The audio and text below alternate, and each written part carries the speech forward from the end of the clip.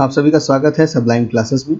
हम आज देख रहे हैं टीचिंग एप्टीट्यूड यानी शिक्षण अभिक्षमता यानी शिक्षण अभिवृत्ति। तो आज हम टीचिंग एप्टीट्यूड में 10 प्रश्नों की श्रृंखला पर पूरी प्रश्नों की चर्चा करेंगे। और एक बात बताना चाहता हूं कि कुछ लोगों ने कमेंट में पूछा था कि टेलीग्राम पे कोई चैनल है जो उसका लिंक बता दूं मैं। तो मेरा जो चैनल है उसमें कुछ मैं प्रश्नों को शेयर करता हूं, कभी कभी जो भी अपडेट मुझे लगता है देनी चाहिए तो वो देता हूं। तो और अब जो मैं प्रश्न इस समय बता रहा हूँ तो हो सकता है इसकी पीडीएफ भी अगर मुझसे हो सकेगा तो मैं शेयर कर दूंगा उस चैनल में। जो लोग जुड़ना चाहते हैं उसका मैं लिंक दे दूंगा डिस्क्रिप्शन बॉक्स में, वो लोग जुड़ जाएं। और आप लोग भी कोई भी अपडेट या कोई भी क्वेश्चन वहाँ पर शेयर कर सकते हैं और कोई भी यूजीसी नेट के पेपर से संबंधित चर्चा भी कर सकते हैं। तो चलिए शुरुआत करते हैं आज शिक्षण अभिवृत्ति की, टीचिंग एप्टीट्यूड की, और देखते हैं पहला प्रश्न। तो पहला प्रश्न है, which among the following is the best instrument to evaluate quality और कैरेक्टरिस्टिक्स ऑफ ए लर्नर। तो शिक्षार्थी के गुणों और विशेषताओं के मूल्यांकन के लिए निम्नलिखित में से कौन सा सर्वोत्तम उपकरण है। देखिए क्वेश्चन अगर मैं जल्दी पढ़ रहा हूँ या आपको थोड़ा कंफ्यूजन हो रही है तो आप आराम से वीडियो को पॉज कर लीजिएगा, आराम से पढ़ लीजिएगा और आंसर दे दीजिएगा। मैं आपको यहाँ पर आंसर बताता हूँ। तो यहाँ पर पूछा जा रहा है कि शिक्षार्थी के गुणों और विशेषताओं के मूल्यांकन के लिए आपको उपकरण बताना है, वो भी सर्वोत्तम। तो यूजीसी नेट कहता है कि आपको जो चारों ऑप्शन दिए हैं, यूजीसी नेट को भी पता है वो चारों सही हैं और आपको भी लग रहा है चारों सही हैं, क्योंकि विशेषताओं का मूल्यांकन तो यहाँ चारों में हो सकता है। लेकिन इन्होंने जो लगभग ये हर प्रश्न में ये काम करते हैं कि सर्वोत्तम उपकरण पूछ रहे हैं किसके, गुणों और विशेषताओं के मूल्यांकन के लिए। तो सर्वोत्तम उपकरण कौन सा होता है जिसमें बहुत सबसे अच्छा मूल्यांकन हो सके किसी भी स्टूडेंट का। सीधे आंसर पे ले चलता हूं आपको मैं, उसे कहते हैं रूब्रिक। रूब्रिक, इसको हिंदी में सुर्खियां कहते हैं और हो सकता है इसकी हिंदी और भी कुछ बन जाए, इसलिए रूब्रिक याद रखिएगा, ये आपके लिए थोड़ा आसान रहेगा। तो चेकलिस्ट, रेटिंग स्केल, इन्वेंट्री, ये जो तीनों चीजें लिखी हुई हैं वो कहीं ना कहीं उपकरण तो हैं लेकिन बहुत ज़्यादा फायदेमंद नहीं है या बहुत अच्छा मूल्यांकन नहीं कर सकती। जैसे मान लीजिए एग्जाम्पल ले लेते हैं हम रेटिंग स्केल पैमाने का। तो जो रेटिंग स्केल पैमाना है, ये मान लीजिए 50 बच्चे हैं और 50 बच्चों में उनको 10-10 प्रश्न दिए गए, तो किसी के 9 सही हुए, किसी के 8 सही हुए, तो हम कहीं ना कहीं रेटिंग दे देंगे कि भाई ये इस रेटिंग में आ जाएगा, ये 9 इसकी रैंक है, इसकी 8 रैंक है। हम एक रैंक बना के उनको देख सकते हैं कौन बच्चा अच्छा है। लेकिन हर चीज़ एक विषय के आधार पर चेक करना थोड़ा कठिन है, इसलिए रूब्रिक क्या करता है, आपकी सभी जो भी आप गतिविधियां, जो भी करिकुलम एक्टिविटीज़ होती हैं आपके कॉलेज में कहीं भी, वो आपके एक रजिस्टर टाइप, जैसे आपका नाम है या किसी कोई लिस्ट बनाई गई, उसमें सब कुछ नोट होता रहा कि आपने कौन कौन से प्राइज़ जीते, कहाँ कहाँ आपने भाग लिया, कहाँ पे गलतियाँ थी, कहाँ पे आपके जो है एडवांटेज आपने लिए, ये सारी चीज़ें रूब्रिक्स में नोट हो जाएंगी और एक छोटा मोटा आपका एक जो डायरी जिसे आप कह सकते हैं वो एक बन जाएगी। तो वहाँ से किसी के गुणों का, किसी के विशेषताओं का मूल्यांकन करना काफ़ी आसान हो जाता है। अगला प्रश्न है, which among of the following is the best field of study to improve the ability of student to experiment and analysis. प्रयोग और विश्लेषण में विद्यार्थियों की योग्यता में सुधार लाने के लिए निम्नलिखित में से कौन सा उत्तम अध्ययन है। तो प्रयोग और विश्लेषण, देखिए ये जो शब्द है ना, ये आप लोग मोस्टली सुनते रहते हैं। कौन कौन सा? एक तो एक्सपेरिमेंट एंड एनालाइज। तो ये कह रहा है कि प्रयोग और विश्लेषण में विद्यार्थियों की योग्यता में सुधार करने के लिए निम्नलिखित में से कौन सा उत्तम अध्ययन। तो आप सबसे ज्यादा प्रयोग और विश्लेषण का प्रयोग किस विषय में करते हैं, ये चीज यहाँ पर देखने वाली बात है। तो बहुत सरल है, मुझे नहीं लगता इसमें कोई कठिनाई है। सही आंसर आपका है साइंस। सबसे ज़्यादा प्रैक्टिकल, एनालाइज, सिंथेसिस, ये सब हम इसी में करते हैं, चाहे छोटी क्लास रही हो या बड़ी क्लास। हाँ, इतिहास, अर्थशास्त्र, भाषाएं, जब हम रिसर्च लेवल पे जाते हैं तो यहाँ पर हम एक्सपेरिमेंट या एनालिसिस कर सकते हैं। लेकिन साइंस एक ऐसा सब्जेक्ट है जिसमें हम लगभग हर कैटेगरी में, हर क्लास में कोई ना कोई प्रैक्टिकल या कोई ना कोई एक्सपेरिमेंट करते रहते हैं। तो इस हिसाब से आपका आंसर सही हो जाता है ए, विज्ञान। प्रश्न है which among of the following is the correct set of fundamental principle of Rabindranath Tagore educational philosophy. तो यहाँ पर रविन्द्रनाथ टैगोर की बात हो रही है, रविन्द्रनाथ टैगोर से संबंधित प्रश्न यहाँ पे पूछा गया है। काफी बड़ा प्रश्न देखने में लग रहा है, लेकिन बहुत बड़ा है, लेकिन बहुत सरल है। अगर रविन्द्रनाथ टैगोर के बारे में आप बहुत ज़्यादा जानना चाहते हैं इंपॉर्टेंट थिंग्स, तो आप मेरे वीडियो के लिंक में चले जाइएगा डिस्क्रिप्शन बॉक्स में। वहाँ पे मैं रविन्द्रनाथ टैगोर का जो भी दर्शन रहा है, शिक्षा दर्शन रहा है, वो सब कुछ उसमें मैंने बताया है। आगे है यहाँ पर तो 4 सेट आपको बताने हैं कि जो 4 मौलिक सिद्धांत इन्होंने बताए थे वो किस में मैच करते हैं। तो प्रश्न को पढ़िए, सही से देखिए, मैं आपको सीधे आंसर पे ले चलता हूँ। सही आंसर क्या है? तो सही आंसर है बी। बी जो है इसमें कौन कौन सी बातें बताई गई हैं? प्रकृतिवाद, मानवतावाद, अंतर्राष्ट्रीयतावाद और आदर्शवाद, जिसमें आदर्शवाद और प्रकृतिवाद बहुत ही मुख्य हैं रविन्द्रनाथ टैगोर की शिक्षा नीति में। और बाकी देखिए, अगर आप देखना चाहो बाकी जो ऑप्शन दिए हुए हैं, तो इसमें देखिए शहरीकरण, हिंदूवाद, व्यवसायीकरण बिल्कुल मैच नहीं करते।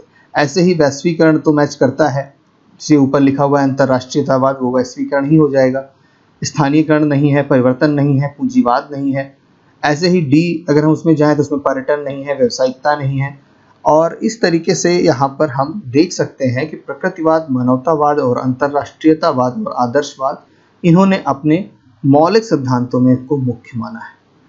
तो रविन्द्रनाथ टैगोर पे कभी ना कभी कोई ना कोई प्रश्न अक्सर पूछा जाता है, और जो विवेकानंद है, महात्मा गांधी हैं, दयानंद सरस्वती हैं, इनके बारे में भी थोड़ा बहुत जरूर पढ़िएगा। वैसे मैंने इनके बारे में सब पे वीडियो बनाया है शिक्षा दर्शन के रूप में, लेकिन फिलहाल आपके लिए बहुत डीप में जाना यहाँ पर जरूरी नहीं है, लेकिन तब भी थोड़ा बहुत पता होना चाहिए। चलिए, यहाँ बात रविन्द्रनाथ टैगोर की हो रही है, तो थोड़ा बहुत मैं आपको बता दूं कि आखिर इनसे संबंधित और क्या क्या इंपॉर्टेंट हो सकता है। तो सबसे पहला है कि गुरुदेव, जो रविन्द्रनाथ टैगोर थे, इनका उपनाम क्या था? इनका उपनाम था गुरुदेव। कभी पूछा जा सकता है कि किसका है। दूसरा इंपॉर्टेंट नाम है कि इंडिया में सबसे पहले किसको नोबेल प्राइज मिला था? तो नोबेल प्राइज सबसे पहले रविन्द्रनाथ टैगोर को मिला था, और वो किसके लिए मिला था? साहित्य के लिए मिला था। और इनकी कौन सी पुस्तक के लिए मिला था? तो ये भी पूछा जा सकता है। तो गीतांजलि के लिए मिला था। तो इस तरीके से गीतांजलि के लिए इनको नोबेल प्राइज मिला था। तो इंडिया में तो मिला ही था, साथ में मैं आपको एक और बात बताऊं कि एशिया का सबसे पहला नोबेल भी रविन्द्रनाथ टैगोर को ही जाता है। तो कभी कभी इंडिया की जगह प्रश्न में एशिया लिखा हो सकता है, तो उसमें कंफ्यूज नहीं होने की जरूरत है आपको। ऐसे ही जो प्रश्न एक और शिक्षा जगत से महत्वपूर्ण बनता है कि एक जो पश्चिम बंगाल में जगह है शांति निकेतन, तो जो शांति निकेतन है वहाँ पर रविन्द्रनाथ टैगोर ने एक विश्वविद्यालय की स्थापना की थी, जिसका नाम था विश्व भारती। विश्व भारती के बारे में पूछा जा सकता है कि कौन सा ऐसा विश्वविद्यालय था जिसकी स्थापना रविन्द्रनाथ टैगोर ने की थी। कहाँ है? शांति निकेतन पश्चिम बंगाल में है। और विश्व भारती केंद्रीय विश्वविद्यालय है, यानी कि सेंट्रल यूनिवर्सिटी है विश्व भारती, इसलिए ये बहुत महत्वपूर्ण हो जाता है। और छोटी छोटी बातें तो आपको पता ही होंगी कि जैसे राष्ट्रगान किसने बनाया? तो राष्ट्रगान रविन्द्रनाथ टैगोर ने बनाया। इवन बांग्लादेश का जो राष्ट्रगान है वो भी किसने बनाया था? वो भी हमार सुमनार बांग्ला करके जो है वो राष्ट्रगान है, वो भी रविन्द्रनाथ टैगोर ने ही बनाया था। तो उम्मीद है छोटी छोटी बातें यहाँ पर महत्वपूर्ण हैं और आपको अच्छी लगी होंगी। चलिए अगला प्रश्न देखते हैं। तो अगला प्रश्न क्या है? CBCS पर है, यानी कि credit choice based credit system, जिस पर पूरा एक सिलेबस में एक नाम लिखा हुआ है। तो मैंने इस पर एक अलग से वीडियो भी बनाया है और मैं उसका लिंक आपको दे दूंगा। तो CBCS, इसको मैं शॉर्ट फॉर्म में यहाँ लिख देता हूँ, CBCS। देखिए CBCS क्या है कि पहले जो भी तरीका बनाया गया था, अब तो नई शिक्षा नीति आ गई 2020, तो उसमें CBCS कितना फिट बैठता है कितना नहीं बैठता है तो बात की बात है।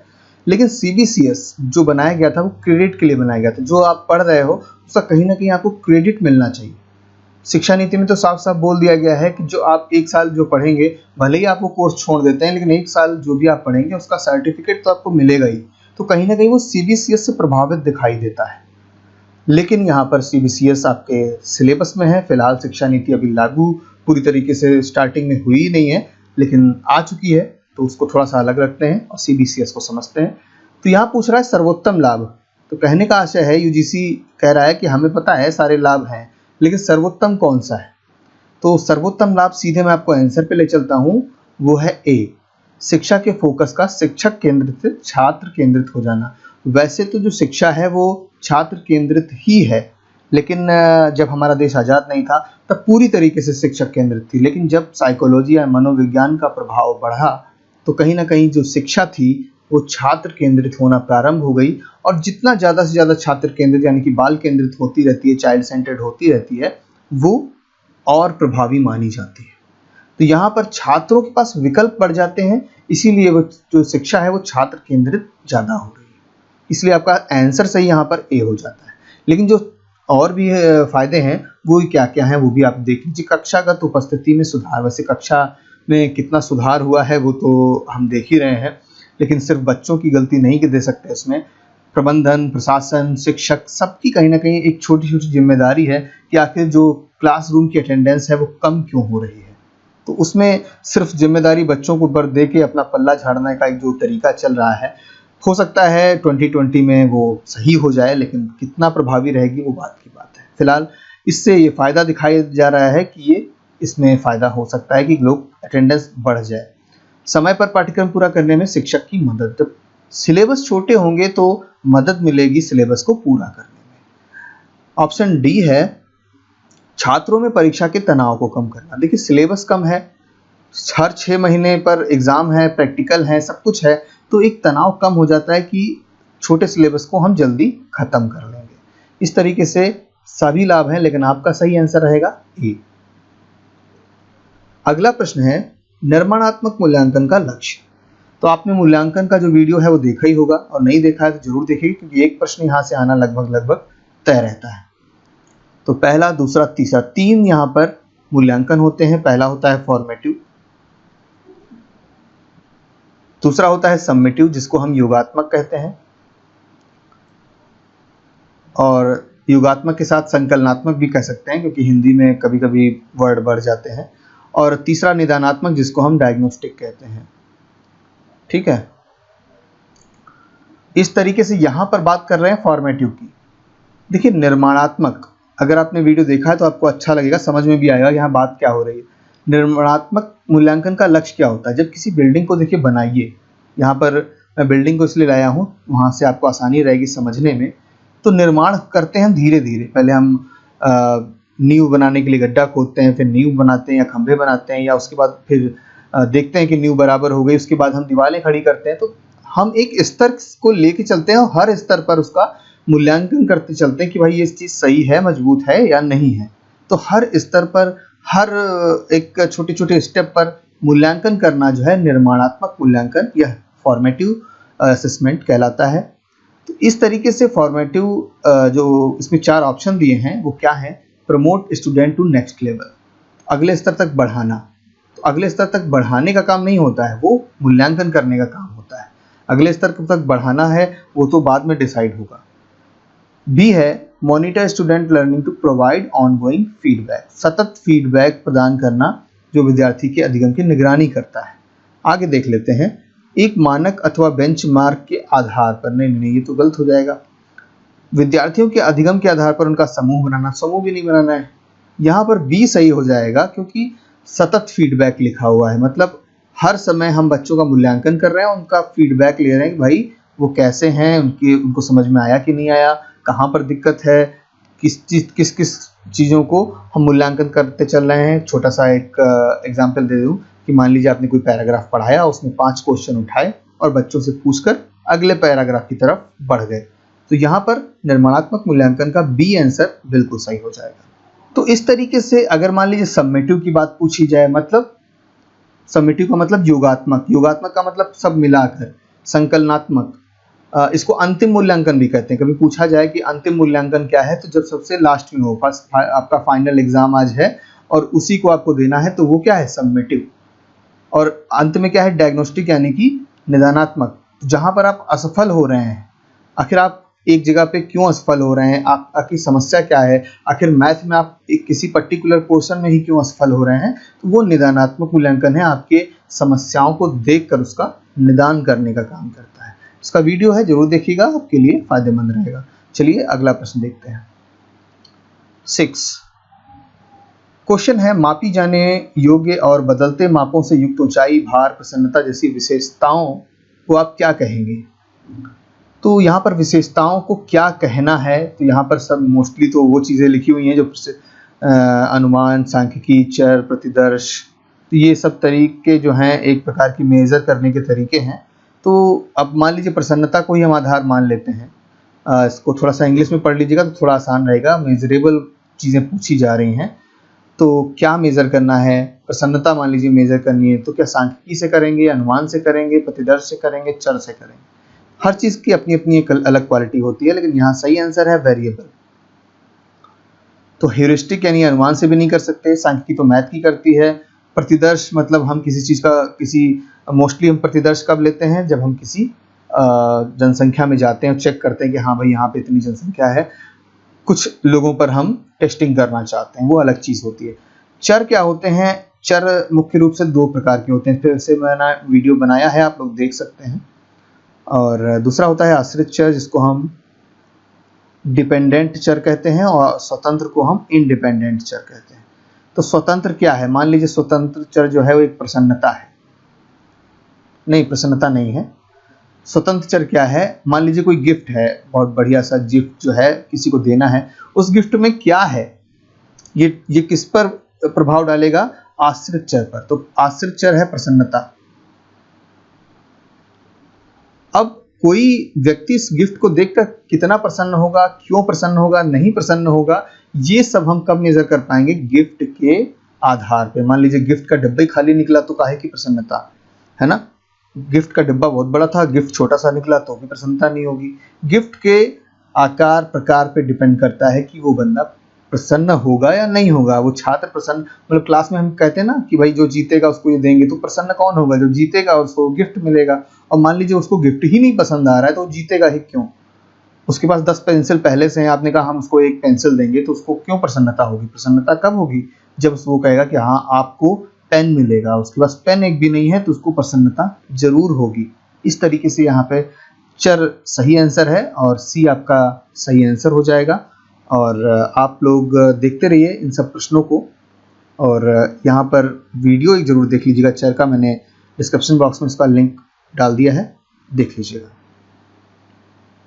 अगला प्रश्न है, कुछ बड़ा दिखाई दे रहा है, ऐसा लगता है काफ़ी बड़ा प्रश्न है। ऐसे प्रश्नों को देखकर अक्सर लोग डर जाते हैं, आप भी लोग डर जाते हैं। पेपर जब यूजीसी नेट का आता है, ये कितना बड़ा क्वेश्चन आ गया, अब तो पढ़ना पड़ेगा इसको लंबे चौड़े तरीके से। कुछ लोग कह रहे थे कि इतना बड़ा प्रश्न आता है तो जो ऑप्शन है वो सब हवा में उड़ जाते हैं, जब ऑप्शन पकड़ के लाओ तो क्वेश्चन हवा में उड़ जाता है ना?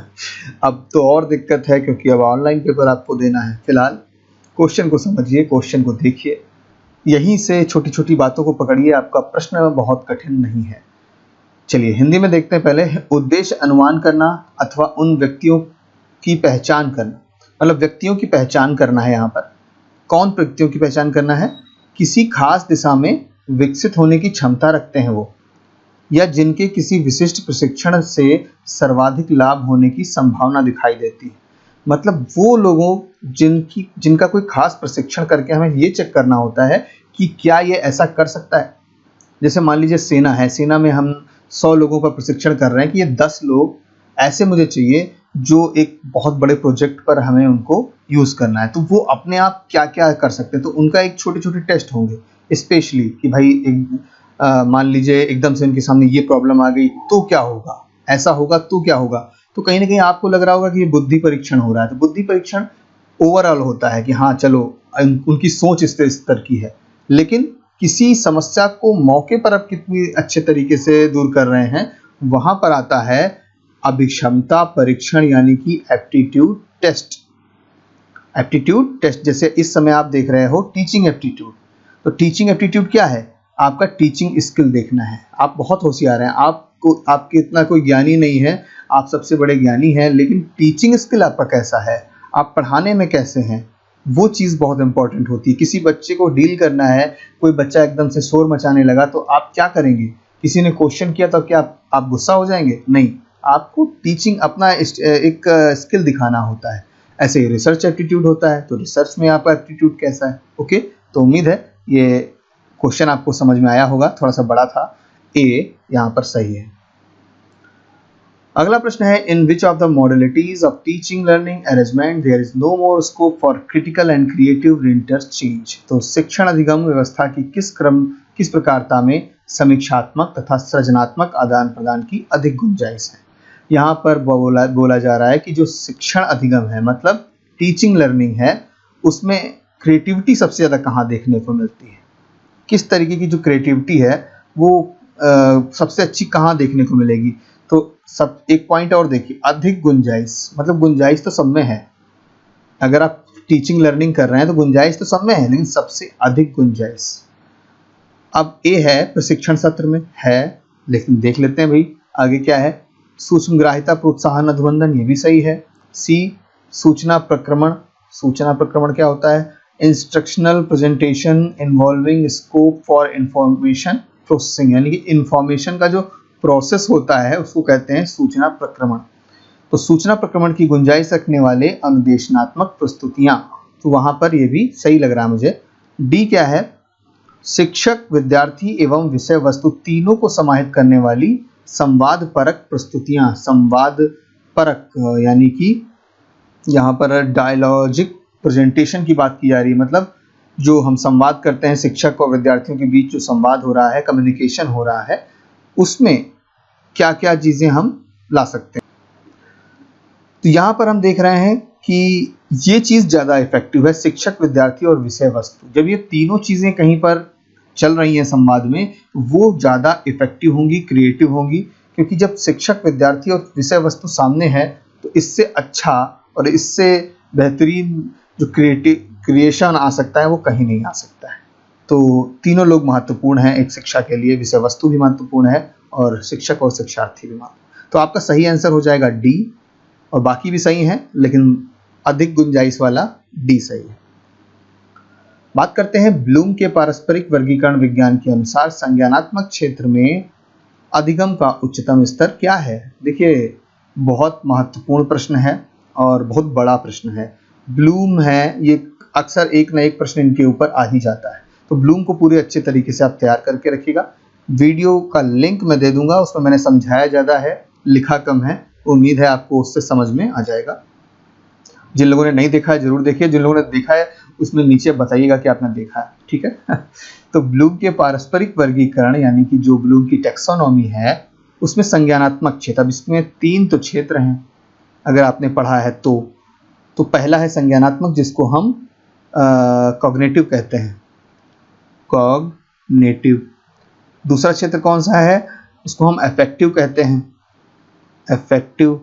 हिंदी में इसको भावनात्मक कहते हैं, जैसे भावनात्मकता को इमोशनल भी कह सकते हैं, लेकिन इंग्लिश में अफेक्टिव लिखा है ब्लूम टैक्सोनॉमी में।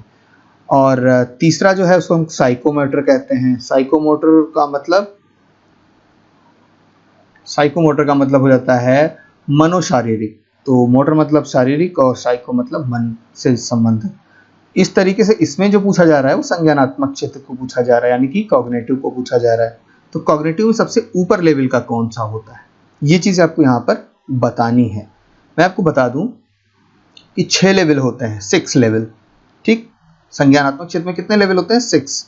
उन 6 को आपको एडजस्ट करना है, वीडियो में देख लीजिएगा, मैं हल्का फुल्का यहाँ बता दूंगा आपको। तो 6 को जो आप बांटेंगे तो कैसे बांटेंगे, सबसे स्टार्ट कहाँ से, तो निचला स्तर क्या होता है, वो होता है ज्ञान, जिसको आप नॉलेज कहते हैं, ठीक है, नॉलेज। इसके बाद उससे बड़ा कौन चीज आएगी, बोध आती है, जिसको हम अंडरस्टैंडिंग कहते हैं। उसके बाद क्या आएगा, अनुप्रयोग, या प्रयोग भी कह सकते हैं, अनुप्रयोग भी कह सकते हैं। उसको हम ब्लूम टैक्सोनॉमी में क्या कहेंगे, इंग्लिश में एप्लीकेशन कहते हैं। इसके बाद विश्लेषण आता है, विश्लेषण को कहते हैं एनालिसिस, मतलब किसी विषय को तोड़ कर देखना। फिर क्या आएगा, संश्लेषण आएगा, संश्लेषण यानी कि सिंथेसिस आएगा, किसी विषय को जो टूटा हुआ विषय था उसको जोड़ना। उसके बाद ये 5 जब हो जाएंगे तब आपसे कहा जाएगा अंत में क्या है, मूल्यांकन। मूल्यांकन का मतलब इवोल्यूशन। तो मूल्यांकन सबसे उच्च स्तर होता है, इसलिए आपका ऑप्शन सही हो जाएगा बी। और पूरा वीडियो देख लीजिएगा, ज़्यादा क्वेश्चन यहाँ से आ सकते हैं आपके लिए। आपका एक क्वेश्चन यहाँ पर सही हो जाएगा, इसलिए उस वीडियो को जरूर देखिएगा। उम्मीद है ये यहाँ पर आपको समझ में आया होगा। आगे चलते हैं। आखिरी प्रश्न है आज का, प्रत्यक्ष अधिगम को प्रोत्साहन देने के लिए निम्नलिखित में से कौन सी विधियां सर्वाधिक उपयुक्त होती हैं? प्रत्यक्ष अधिगम की बात करी जा रही है और वही पुराना ढर्रा सर्वाधिक उपयुक्त, बेस्ट सूट, मतलब प्रत्यक्ष अधिगम है, सब कुछ अच्छा है, चारों विधियां सही हैं, लेकिन सबसे अच्छी कौन है? तो सीधे आंसर पे ले चलता हूं आपको, प्रोजेक्ट मेथड। ये आपका करेक्ट आंसर है और बाकी विधियां भी अच्छी हैं, लेकिन प्रोजेक्ट मेथड में हम ज़्यादा प्रत्यक्ष अधिगम को प्रभावी तरीके से सीख सकते हैं, इसीलिए इसको ज़्यादा महत्वपूर्ण माना जाता है। कभी भी जब हम चाइल्ड बेस यानी कि चाइल्ड सेंटर्ड टीचिंग की बात करते हैं तो उसमें परियोजना विधि को सबसे ऊपर माना जाता है, बेस्ट माना जाता है। ह्यूरिस्टिक मेथड को भी बेस्ट माना जाता है, इसलिए कभी भी ह्यूरिस्टिक लिखा हो पर प्रोजेक्ट ना लिखा हो तो ह्यूरिस्टिक मेथड को भी आप ऊपर रख सकते हैं। और इस तरीके से बाकी विधियां भी यहाँ पे महत्वपूर्ण है, लेकिन सही आंसर बी है। और इसी के साथ आपको एक उत्तर मैं आपके लिए छोड़ रहा हूँ कि आप बताइए परियोजना विधि के जनक कौन है, फादर ऑफ प्रोजेक्ट मेथड। बहुत ही सरल प्रश्न है। ये प्रश्न अगर आपको नहीं आता है तो आपकी तैयारी काफ़ी धीमे चल रही है। उम्मीद करता हूँ कमेंट बॉक्स में आप इसका आंसर देंगे और बाकी प्रश्न कैसे लगे ज़रूर बताइएगा। जल्दी ही मिलते हैं आपको आने वाले वीडियोस में और टेलीग्राम का लिंक आपको मिल जाएगा। जुड़े रहिएगा सबलाइन क्लासेस से। Thank you very much.